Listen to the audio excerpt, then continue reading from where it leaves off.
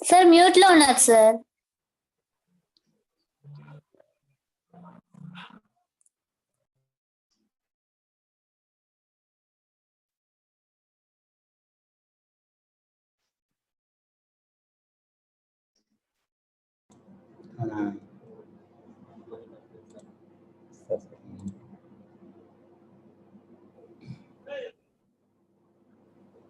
మా మొదటి నుంచి మీట్లో ఉన్నామా?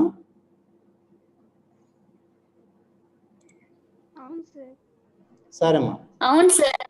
సరే సరే మమ్మల్ని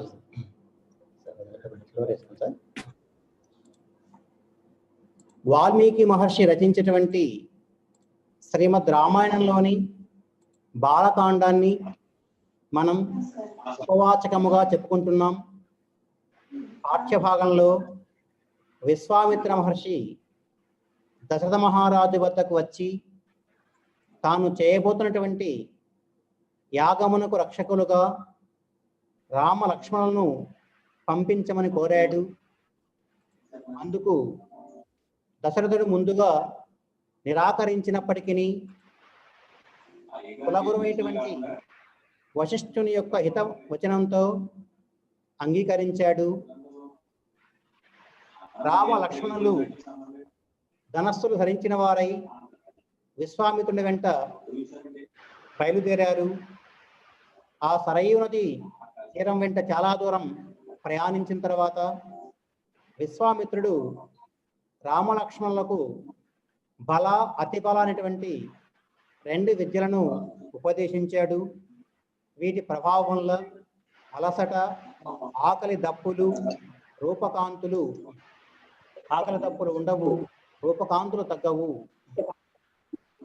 ఏమరపాటుగా ఉన్నప్పటికీ కూడా రాక్షసులు ఏమీ చేయలేరు. ముల్లోకాలలో కూడా ఆ విద్యల యొక్క ప్రభావం వల్ల వీరికి ఎదురుండదు. అటువంటి బల అతి బల అనేటువంటి విద్యలను ఉపదేశించాడు. రాముడు విశ్వామిత్రుని యొక్క సేవలో నిమగ్నమయ్యాడు. విశ్వామిత్రుని యొక్క పాదాలెత్తాడు, అనేక సేవలు చేశాడు. గురు సేవ విశేషమైనటువంటి ఫలితాన్ని ఇస్తుంది కదా అన్నట్లుగా ఆనాటి రాత్రికి ఆ సరయూ నది తీరంలోనే విహరించారు. తెల్లవారుతోంది. విశ్వామిత్రుడు రామ లక్ష్మణులకు మేలుకొలుపు పలికాడు. కౌసల్య సుప్రజారామ పూర్వా సంధ్య ప్రవర్తతే ఉత్తిష్ట నరశార్దూల కర్తవ్యం దైవమాహ్నికం అంటూ కౌసల్యాదేవి తత్సంతానమైన ఓ రామ, తూర్పున ఉషకాంతులు ప్రసరిస్తున్నాయి. నిద్ర లేచి నిత్య కర్మలను ఆచరించమన్నాడు. గురువాక్యం శిరస వహించాడు రాముడు. లక్ష్మణునితో కలిసి మళ్ళీ ప్రయాణం కొనసాగింది. సరయు, గంగా నదుల సంగమ ప్రదేశాన్ని చేరుకున్నారు. అక్కడి విశేషాలను గురు ముఖతః తెలుసుకున్నారు. జ్ఞానాన్ని పొందటంలో నిరంతరం అప్రమత్తులై ఉండడం ఉత్తమ విద్యార్థుల లక్షణం. సందర్భాన్ని బట్టి అక్కడక్కడ మనకు కావాల్సినటువంటి కొన్ని నీతులని, హితోక్తులని ఉపదేశిస్తున్నారు. ఆ రామలక్ష్మణులు ఏ విధంగా విశ్వామిత్రుడి నుంచి తమకు కావాల్సిన జ్ఞానాన్ని ఎప్పటికప్పుడు తెలుసుకుంటూ అనేక విషయాల గురించి ప్రశ్నిస్తూ తమ సందేహాలు తెలుసుకుంటూ ఎలా జ్ఞానాన్ని పెంచుకున్నారో వివరిస్తూ నిరంతరము అప్రమత్తులై ఉండేటువంటి విద్యార్థులకి ఈ జ్ఞానాన్ని పొందడంలో నిరంతరం ఇప్పుడు అప్రమత్తులుగా ఉండాలి, ఇది విద్యార్థుల యొక్క ముఖ్యమైన లక్షణమని సందర్భానుసారంగా చెప్పడం జరిగింది. ప్రయాణం సాగుతున్నది. మలద, కరుష అనే జనపదాలకు చేరుకున్నారు. ఇంద్రుని అనుగ్రహ విశేషం చేత ఈ ప్రాంతాలు ధనధాన్యాల సమృద్ధితో ఉండేవి. కానీ తాటక అనే యక్షిని ఈ ప్రాంతాలకు వచ్చి విధ్వంసాన్ని సృష్టించింది. పుట్టుకతోనే 1000 ఏనుగుల బలం కలిగిన ఈమెను ఎవరూ ఎదిరించలేకపోతున్నారు. అగ్నికి ఆజ్యం తోడనట్లు ఈమెతో పాటు ఆమె కుమారుడు మారీచుడు విరుచుకుపడుతూ ఈ జనపదాలను అతలాకుతలం చేస్తున్నాడు. దుష్టురాలైన తాటకను వధించమని రాముడితో అన్నాడు విశ్వామిత్రుడు. అక్కడ చూద్దామా. అలా ప్రయాణం సాగుతోంది. మలద, కరుష అనేటువంటి జనపదం అంటే గ్రామము. ఆ గ్రామాలు, ఆ అరణ్య ప్రాంతంలో ఉన్నటువంటి గ్రామాలన్నీ కూడా వాళ్ళు చేరుకొని దాటుకుంటూ వెళ్తున్నారు. ముఖ్యంగా ఆ మలద, కరుష అనేటువంటి ఆ ప్రాంతాలన్నీ కూడా ఇంద్రుని యొక్క విశేష అనుగ్రహం చేత చక్కగా సకాలంలో వర్షాలు పడడం వల్ల ధనధాన్యాలతో సమృద్ధిగా ఉండేది ఆ గ్రామ ప్రాంతాలన్నీ కూడా. కానీ తాటక అనేటువంటి యక్షిని వాస్తవానికి ఒక రాక్షస స్త్రీ అని ఒక యక్షుడు ఈమెను వివాహం చేసుకోవడం వల్ల ఈమె కూడా ఇక అయింది. ఆమె ఈ ప్రాంతాలకు వచ్చి సుభిక్షంగా ఉండేటువంటి ఆ ప్రాంతాల్లో విధ్వంసాన్ని సృష్టిస్తుంది. పుట్టుకతోనే ఆ తాటక 1000 ఏనుగుల బలం కలిగినటువంటి గొప్ప బలవంతురాలు కనుక ఎవరు ఆమెను ఎదిరించలేకపోతున్నారు. దానికి తోడు ఎవరమ్మా మాట్లాడుతున్నారు? ఎవరో మాట్లాడుతున్నారమ్మా?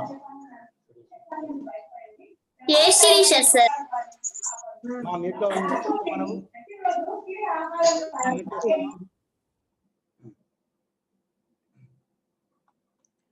అగ్నికి ఆజ్యం తోడనట్లు. ఆజ్యం అంటే నెయ్యి అని అర్థం. అగ్ని అంటే మీకు తెలుసు, బాగా మండేటువంటి మంటలో నెయ్యి పోస్తే ఆ మంటలు ఒక్కసారిగా ఎగిసి పెడతాయి, మరింత గొప్పగా ఎగిసి పెడతాయి. అసలే మంటలు మండుతుంటే వాటికి నెయ్యి తోడైతే అవి మరింత పెరిగినట్లుగా అసలే 1000 ఏనుగుల బలంతో ఆ ప్రాంతాన్నంతా విధ్వంసం చేస్తున్నటువంటి తాటకకు తన కుమారుడైనటువంటి మారీచుడు, సుబాహు లాంటి వారు తోడయ్యారు. ఆమె యొక్క విధ్వంసానికి ఆ గ్రామాలన్నీ అతలాకుతలమవుతుంటే దానికి తోడు తన కుమారులు కూడా ఆ ప్రాంతంపై పడి విధ్వంసాన్ని సృష్టిస్తున్నారు. దాన్నే అగ్నికి ఆజ్యం తోడనట్లు అనేటువంటి జాతీయం. అంటే ఆమె అగ్ని లాంటిదైతే వారి కుమారులు ఆజ్యం లాంటి వారు. అంటే ఆమె చేసేటువంటి విధ్వంసానికి మరింత చేయూతనిచ్చి మరింత ఆ ప్రాంతం మొత్తము కూడా అతలాకుతలం చేస్తున్నారు ఆ తల్లి కుమారులు కూడా అని చెప్పేసి చెప్పడం. ఆ దుష్టులైనటువంటి ఆ తాటకను చూపించి ఆమెను వధించమని చెప్పాడు విశ్వామిత్రుడు శ్రీరామునితో. ఒక్క క్షణం రాముడు మౌనముద్ర దాల్చాడు. రాముడి భావం గ్రహించాడు విశ్వామిత్రుడు. స్త్రీని ఎలా చంపాలనే సంశయం వద్దు. అధర్మపరాయణ అయిన తాటకను చంపితే దోషం రాదని కర్తవ్యము ఉపదేశించాడు. వెంటనే రాముడు దృఢ నిశ్చయుడై అంజలి ఘటించాడు. మీరు చెప్పినట్లుగా నడుచుకొమ్మని మా నాన్నగారు నన్ను ఆదేశించారు. వారి ఆజ్ఞ నాకు శిరోధార్యమని పితృవాక్య పరిపాలనాసక్తిని చాటాడు. అలాగే గురువు ఆజ్ఞను పాలించడం శిష్యునిగా తన కర్తవ్యమని భావించి తాటక వధకు ఉద్యుక్తుడైనాడు.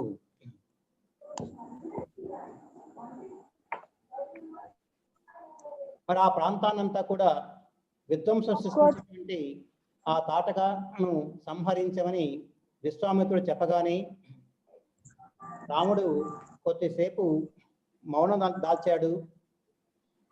విషయం గ్రహించాడు విశ్వామిత్రుడు. ఒక తాటక అంటే స్త్రీ కదా, ఒక స్త్రీని ఎలా చంపాలి అని సందేహంతో ఉన్నప్పుడు విశ్వామిత్రుడు ఈ విషయం గ్రహించి మళ్ళా చెప్పాడు. ఈమె విషయంలో సందేహం వద్దు. ఆమె అధర్మపరాయణరాలు, అధర్మాన్ని ఆచరిస్తూ ఒక రాక్షస స్త్రీగా సత్యలోని బాధించేటువంటిది కాబట్టి ఆ అధర్మాన్ని పాటించేటువంటి మంచివారిని హింసించేటువంటి వారిని చంపడం ధర్మ రక్షణ అవుతుంది. కనుక ఆ తాటకను చంపితే ఎటువంటి దోషం అంటదు అని కర్తవ్యాన్ని బోధించాడు విశ్వామిత్రుడు శ్రీరామునికి. రాముడు కూడా వెంటనే నమస్కరించాడు గురువు గారికి. నడుచుకోమని మా తండ్రి గారు ఆదేశించారు. నా తండ్రి మాట నాకు శిరసాధార్యము, దాన్ని పాటించవలసి ఉంది. మీరు నాకు గురువు పాటించడం శిష్యునిగా నా యొక్క కర్తవ్యం అని భావించి తాటకని చంపడానికి ప్రయత్నం మొదలుపెట్టాడు శ్రీరాముడు. ఉద్యుక్తుడైనాడు అంటే పూనుకున్నాడు అని. వికృతాకారంతో విరుచుకుపడుతున్న తాటక చేతులను తన నిశిత బాణాలతో ఖండించాడు రాముడు. అయినా ఆవేశంతో మీదకి వస్తున్న తాటక ముక్కు చెవులను కోసివేశాడు లక్ష్మణుడు.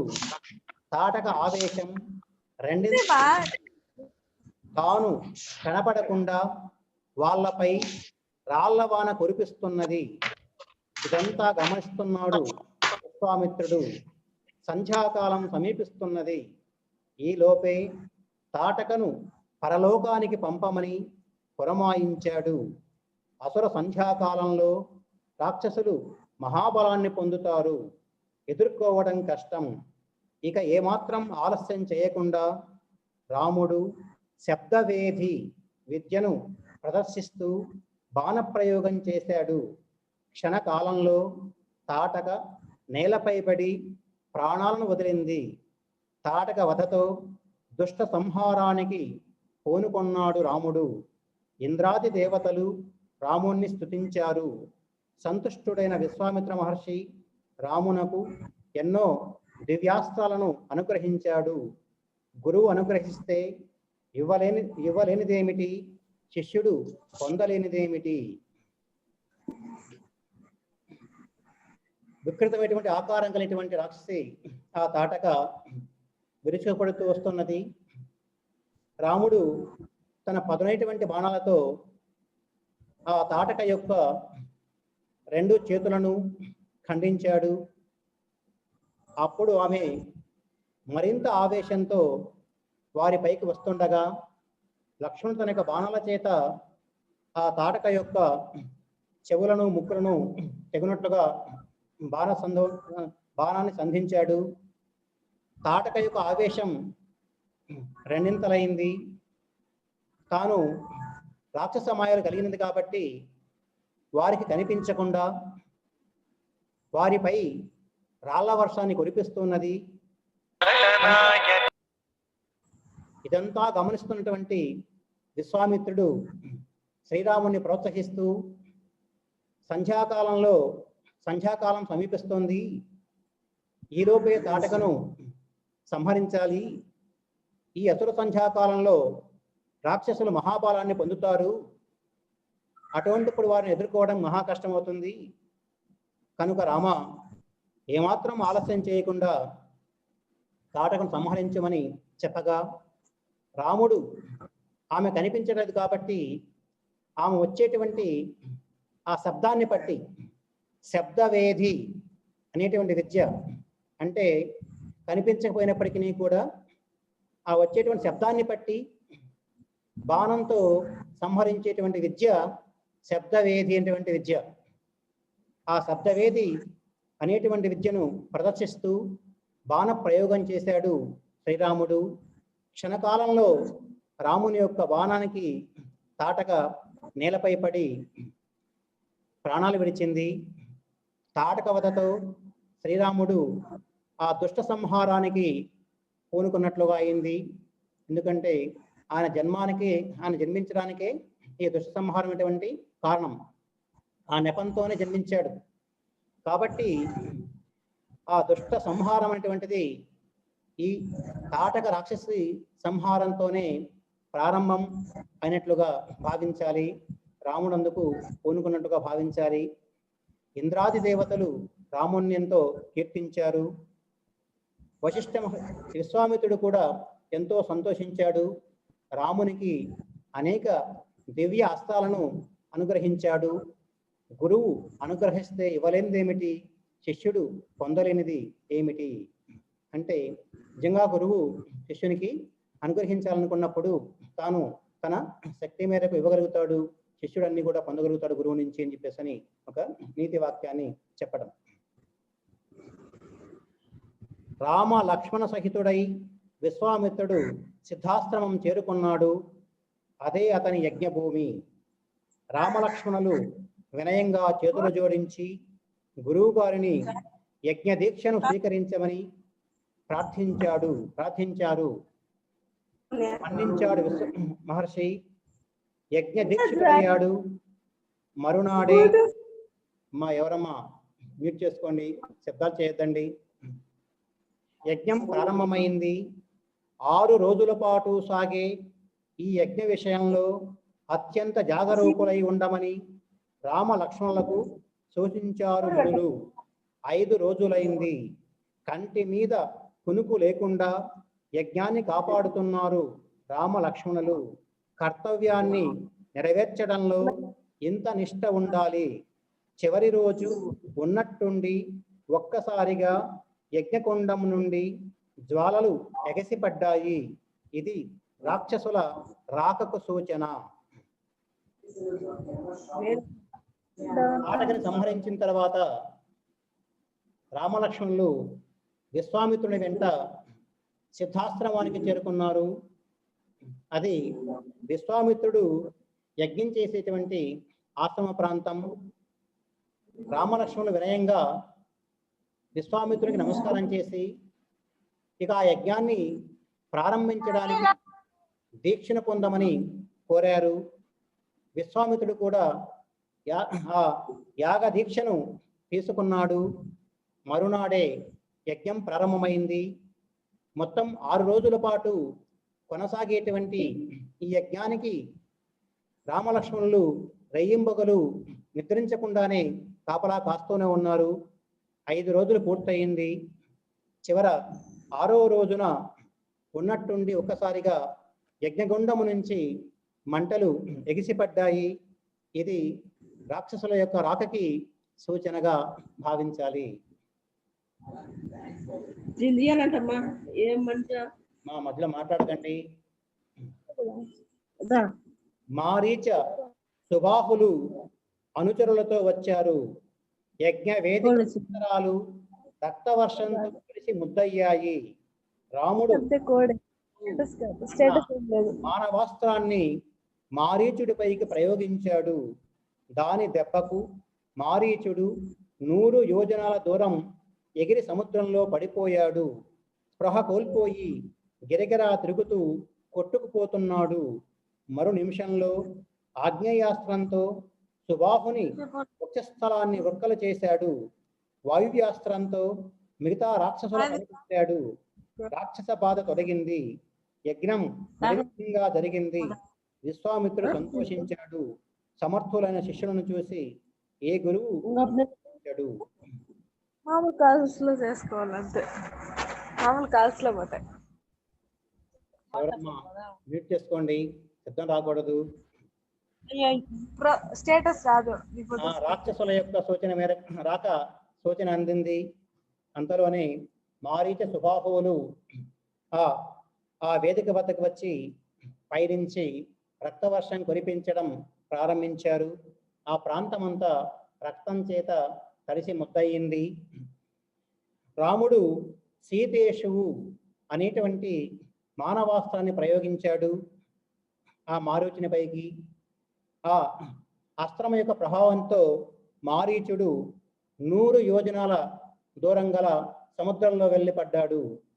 యోజనం అంటే మన ఇప్పటి లెక్కల ప్రకారము 6 కిలోమీటర్ల దూరాన్ని 1 యోజనం అంటారమ్మా.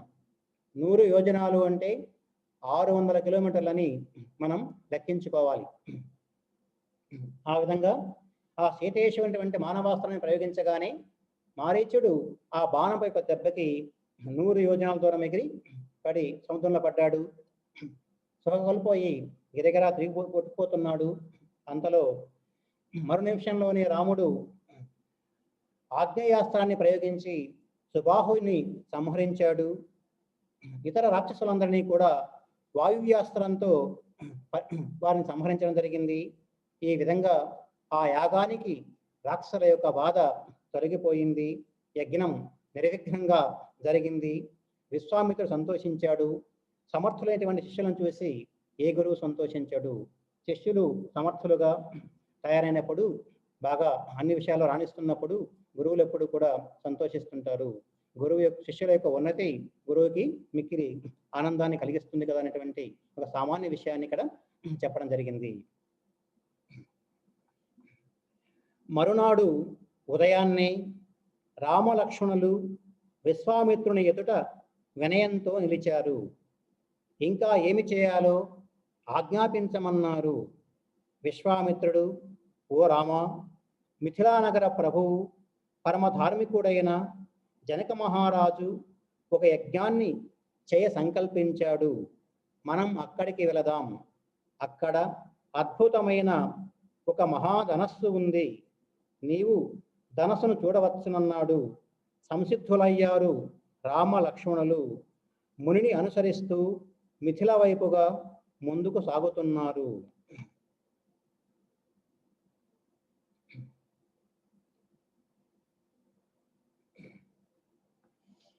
మరునాడు ఉదయాన్నే రామలక్ష్మణులు విశ్వామిత్రుని ఎదుట నిలబడి ఇంకేం చేయాలో ఆదేశించమని ఆజ్ఞాపించమని అడిగాడు. విశ్వామిత్రుడు వారికి, రామ, ఇక్కడికి దగ్గరలోనే మిథిలానగరం అటువంటిగా రాజ్యం ఉంది. ఆ రాజ్య ప్రభువు గొప్ప ధార్మికుడైనటువంటి జనక మహారాజు, అతడు ఒక యాగాన్ని చేస్తున్నాడు. మనం అక్కడికి వెళదాం. అక్కడ ఒక అద్భుతమైనటువంటి ధనస్సు ఉంది, శివధనస్సు ఉంది. నీవు దాన్ని చూడవచ్చు అని చెప్పడం జరిగింది. ఆ శివధనస్సుని జనక మహారాజు ఒక పూర్వీకుడు దేవరాతునికి పరమశివుడు ఇవ్వడం జరిగిందమ్మా. ఒకానొకప్పుడు పరమశివుడు త్రిపురాసురులైనటువంటి రాక్షసులను సంహరించడం కోసం ఒక దివ్యమైనటువంటి విల్లుని సృష్టించాడు. ఆ త్రిపురాసురుని సంహరించిన తర్వాత ఆ ధనస్సుని వృథాగా పడివేయకుండా తన భక్తుడైనటువంటి దేవరాతునికి దాన్ని అందించాడు. దేవరాతు ఆ ధనస్సును స్వీకరించి సాక్షాత్తు పరమేశ్వరులాగా భావిస్తూ ప్రతినిత్యము ఆ ధనస్సును శివుని వలె పూజిస్తున్నాడు. అతని కుమారుడే ఈ జనక మహారాజు. ఆ విధంగా శివధనస్సు జనక మహారాజు దగ్గర ఉండడం జరిగింది. అదే ఒక అద్భుతమైనటువంటి శివధనస్సు జనక మహారాజు వద్ద ఉంది అంటే ఆ విధంగా దానికి ఒక గొప్ప చరిత్ర ఉందన్నమాట. దాన్ని చూడవచ్చు కాబట్టి మనం అక్కడికి వెళ్దామని చెప్పేసి విశ్వామిత్రుడు చెప్పడం, రామ లక్ష్మణులందుకు సంసిద్ధమవ్వడం జరిగింది. విశ్వామిత్రుడు, రామ లక్ష్మణులు అందరూ కూడా ఆ మిథిలా నగరం వైపు పయనం సాగిస్తున్నారు. అడుగులతో పాటు మాటలు సాగుతున్నాయి. రాముని కోరిక మేరకు తమ వంశ పూర్వోత్తరాలను వివరించాడు విశ్వామిత్రుడు. ఆ రాత్రి శోణా నదీ తీరంలో విశ్రమించారు.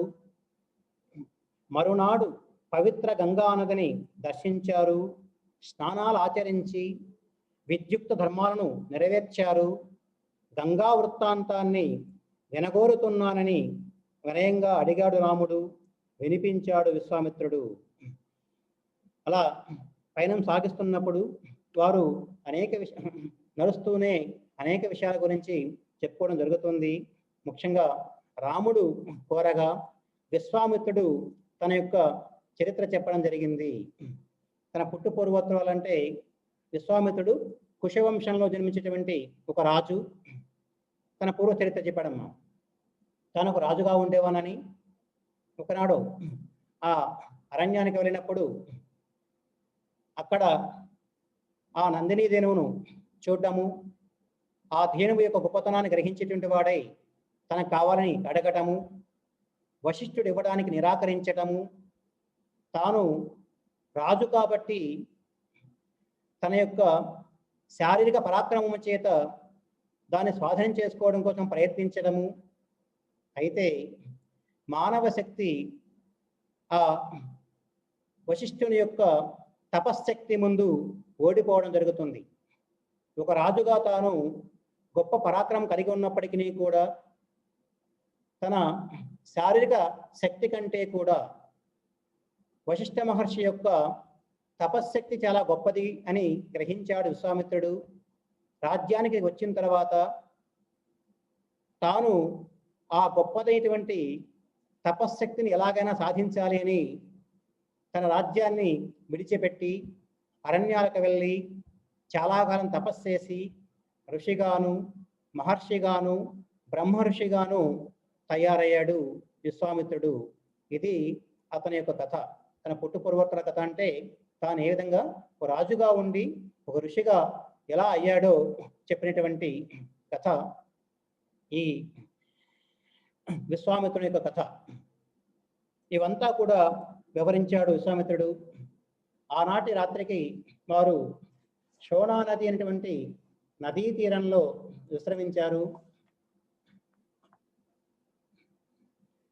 మరునాడు ఆ పవిత్ర గంగా నదిని దర్శించడం, అందులో స్నానమాచరించడం, అనేక తన విద్యుక్త ధర్మాలన్నీ కూడా ఆచరించడం జరిగింది. అంటే పొద్దున్నే సంధ్యావందనం చేయడం, ఇవన్నీ కూడా వారి యొక్క ధర్మకార్యాలమ్మ, అవన్నీ కూడా నెరవేర్చారు. అప్పుడు రాముడు ఆ గంగానది గురించి విని ఆ గంగానది యొక్క చరిత్ర తెలుసుకోగోరుతున్నాను, తెలియచెప్పమని అడగగా విశ్వామిత్రుడు ఆ గంగ ఆకాశము నుంచి భూలోకానికి ఎలా వచ్చిందో వివరిస్తున్నాడు. జిజ్ఞాసులైన శిష్యులు, విజ్ఞాని అయిన గురువు ఇక జ్ఞాన ప్రసారానికి అడ్డుంటుందా? ఎందుకంటే జిజ్ఞాసు అంటే జిజ్ఞాస, తెలుసుకోవాలి అనేటువంటి కోరిక. జ్ఞాతం ఇచ్ఛ అని సంస్కృతంలో వ్యుత్పత్తమ్మ. జ్ఞాతం ఇచ్ఛ అంటే తెలుసుకోవాలనేటువంటి కోరికనే జిజ్ఞాస అంటారు. మరి ఎంతో జిజ్ఞాస ఉన్నటువంటి శిష్యులు అక్కడ రామలక్ష్మణులు ప్రతి విషయాన్ని కూడా తెలుసుకోవాలి అనేటువంటి ఆసక్తి గలవారు. అదే సమయంలో అన్ని విషయాలు కూడా తెలిసేటువంటి గొప్ప జ్ఞాని గురువు విశ్వామిత్రుడు. ఇక ఆ జ్ఞాన ప్రసారానికి అడ్డే ఉండదు కదా. అన్నీ తెలిసినవాడు మహాజ్ఞాని విశ్వామిత్రుడు గురువు. అన్ని విషయాలు తెలుసుకోవాలి అనేటువంటి ఆసక్తి కలవారు రామలక్ష్మణులు. ఇక జ్ఞాన ప్రసారానికి అడ్డేముంది అని అంటే, ఒక విషయం తెలుసుకోవటానికి శిష్యులకి ఆసక్తి ఉండాలి, గురువు గారికి చెప్పగలిగినటువంటి ఆ జ్ఞాన అందులో నైపుణ్యం ఉండాలి, పరిజ్ఞానం ఉండాలి. గురువు గారికి పరిజ్ఞానం ఉండి శిష్యులకి జిజ్ఞాస ఉంటే ఏ విషయం తెలుసుకోవడానికి వీలు కాకుండా ఉంటుంది అనేటువంటిది సందర్భాన్ని బట్టి చెప్పడం జరిగింది. పాతాళంలో బూడిద కుప్పలై పడి ఉన్న తన పితరులైన సగరపుత్రులకు ఉత్తమ గతులు కల్పించడానికి సంకల్పించాడు భగీరథుడు. చాలా సంగ్రహంగా గంగావతరణ కథ గురించి ఇక్కడ చెప్పడం జరుగుతుందమ్మా. ఆ గంగాదేవి ఎలా అవతరించిందో, ఆ గంగా నది ఎలా భూలోకంలోకి అవతరించి వచ్చిందో ఆ విషయాన్ని ఇక్కడ సంగ్రహంగా చెప్తున్నాడు. భగీరథుడి యొక్క పూర్వీకుడు సగర మహారాజు. అతనికి 60,000 మంది కుమారులు. వారు ఒకసారి పాతాళలోకానికి వెళ్ళినప్పుడు అక్కడ ఒక ముని యొక్క శాపం చేత వారు 60,000 మంది కూడా 60,000 బూడిద రాసులుగా మాడి మసైపోయారు. అటువంటి తన పితరులు అంటే ఆ తండ్రి గారి యొక్క తాతగారి యొక్క తండ్రులమ్మవారు. ఎందుకంటే ఆ సగరపుత్రుల తర్వాత అంశమంతుడు, దిలీపుడు, తర్వాత భగీరథుడు రావడం జరిగింది. ఈయన 4వ తరం వాడు.